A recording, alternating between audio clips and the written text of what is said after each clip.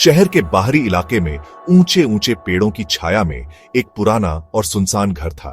यह घर वर्षों से वीरान पड़ा था और इसकी टूटी फूटी खिड़कियां और जंग लगे दरवाजे समय की मार और उपेक्षा की दास्तां बयां करते थे। स्थानीय लोगों ने इसे एक भूतिया जगह बताया था, जहां अतीत के साए आज भी भटकते थे। इस घर के बारे में कई कहानियां प्रचलित थीं, जिनमें से कुछ ने इसे और भी रहस्यमय बना दिया था। एक दिन 3 दोस्त रोहन, रिया और अमित रोमांच की तलाश में उस घर में घुसे। वे इस घर के रहस्यों को जानने के लिए उत्सुक थे और शायद कुछ अद्भुत खोजने की उम्मीद कर रहे थे। अंदर का नजारा और भी भयावह था। धूल से सनी फर्नीचर, फटी हुई तस्वीरें और एक अजीब सी खामोशी ने उन्हें घेर लिया।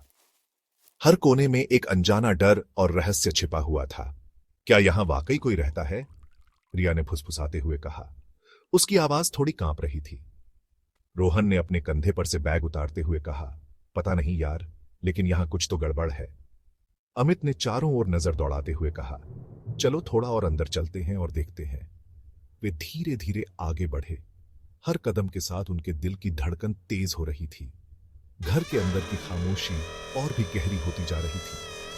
हर कोने में एक अनजाना डर और रहस्य छिपा हुआ था। वे एक बड़े हॉल में पहुंचे, जहां की दीवारों पर पुरानी तस्वीरें टंगी हुई थीं।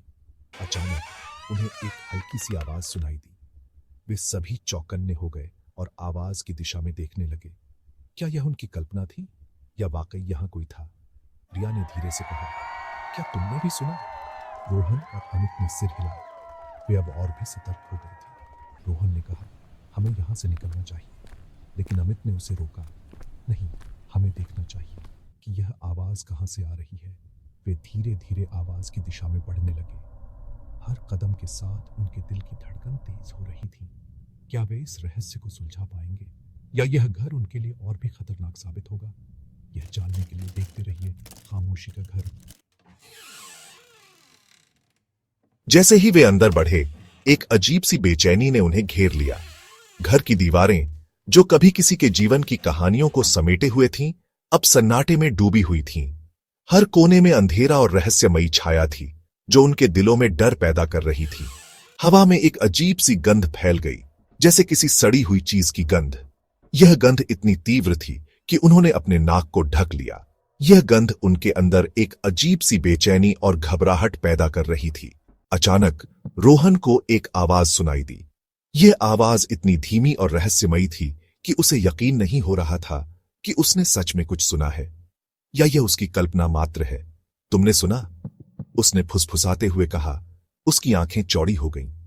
उसकी आवाज में डर और संदेह साफ झलक रहा था। क्या? रिया ने घबराते हुए पूछा। उसकी आवाज में भी डर और बेचैनी थी। वह भी इस अजीब सी स्थिति से घबराई हुई थी। वो आवाज जैसे कोई फुसफुसा रहा हो। रोहन ने जवाब दिया। उसकी निगाहें कमरे में इधर उधर भाग रही थीं। उन्होंने ध्यान से सुना। हर छोटी सी आवाज अब उन्हें डराने लगी थी। एक हल्की सी फुसफुसाहट, जैसे कोई उनके नाम पुकार रहा हो, हवा में तैर रही थी। ये फुसफुसाहट इतनी धीमी थी कि उसे सुनने के लिए उन्हें अपनी सांसें रोकनी पड़ी। डर के मारे उनके रोंगटे खड़े हो गए। ये फुसफुसाहट उनके दिलों में एक अजीब सा डर पैदा कर रही थी, जैसे कोई अदृश्य शक्ति उन्हें देख रही हो। चलो यहां से चलते हैं, अमित ने कहा। उसकी आवाज में घबराहट साफ झलक रही थी। वह अब और इस डरावने माहौल में नहीं रहना चाहता था। लेकिन इससे पहले कि वे कोई कदम उठा पाते, फुसफुसाहट एक खून जमा देने वाली चीख में बदल गई। यह चीख इतनी जोरदार और भयानक थी कि उनके दिल की धड़कनें तेज हो गईं। वे सब एक दूसरे को देख रहे थे। उनकी आंखों में डर और घबराहट साफ झलक रही थी।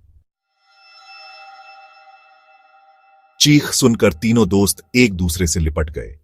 उनके दिल की धड़कनें तेज हो गईं और चेहरे पर घबराहट साफ झलक रही थी। वे समझ नहीं पा रहे थे कि यह चीख कहां से आ रही है और क्या करना चाहिए। उनका दिल तेजी से धड़क रहा था।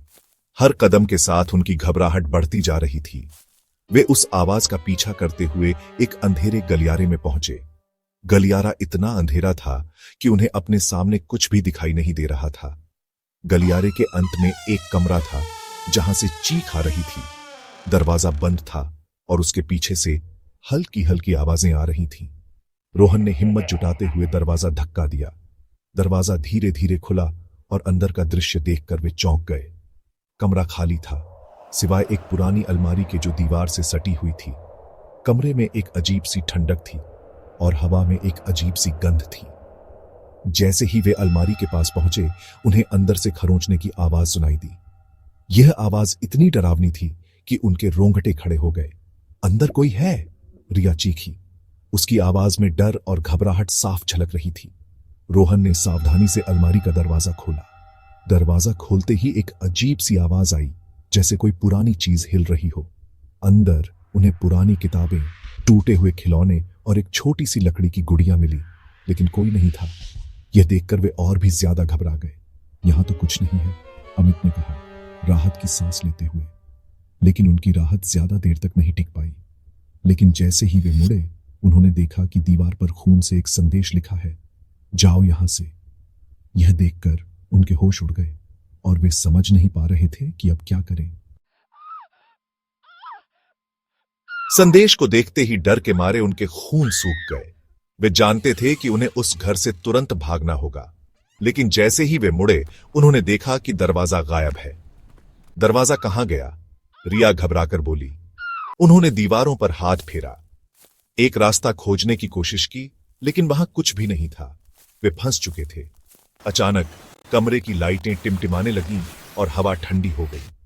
उन्होंने अपने चारों ओर एक अदृश्य उपस्थिति को महसूस किया। हमें यहां से जाना होगा, रोहन चिल्लाया। उन्होंने दीवार पर लगे एक छोटे से झरोखे को देखा। यह उनकी आखिरी उम्मीद थी। वे बारी बारी से झरोखे से बाहर निकले और खुद को घर के पीछे एक सुनसान बगीचे में पाया। जैसे ही उन्होंने पीछे मुड़कर देखा, उन्होंने घर की एक खिड़की में एक धुंधली सी आकृति देखी। आकृति ने उन्हें एक ठंडी, भेदी नजर से देखा, फिर गायब हो गई। वे जानते थे कि वे उस भूतिया घर से बच निकले थे, लेकिन वे उस आकृति को कभी नहीं भूल पाएंगे। बाद में उन्हें पता चला कि वह घर एक परिवार की हत्या का स्थल था। कहा जाता है कि हत्यारा कभी नहीं मिला और पीड़ितों की आत्माएं आज भी उस घर में भटकती हैं। क्या वह आकृति उस परिवार में से किसी एक की आत्मा थी? क्या वे कभी शांति पा सकेंगे? रोहन, रिया और अमित उस रात के बाद कभी भी उस घर के पास नहीं गए, लेकिन उस भूतिया मुलाकात की यादें आज भी उन्हें डराती हैं। आहट, फुसफुसाहट, चीखें, ये आवाजें उनके सपनों में आज भी गूंजती हैं। उन्हें याद दिलाती हैं कि कुछ रहस्य अनसुलझे ही रहने के लिए होते हैं। अगर आपको यह कहानी पसंद आई तो इसे लाइक और शेयर करें। ऐसी ही और डरावनी कहानियों के लिए हमारे चैनल को सब्सक्राइब करें।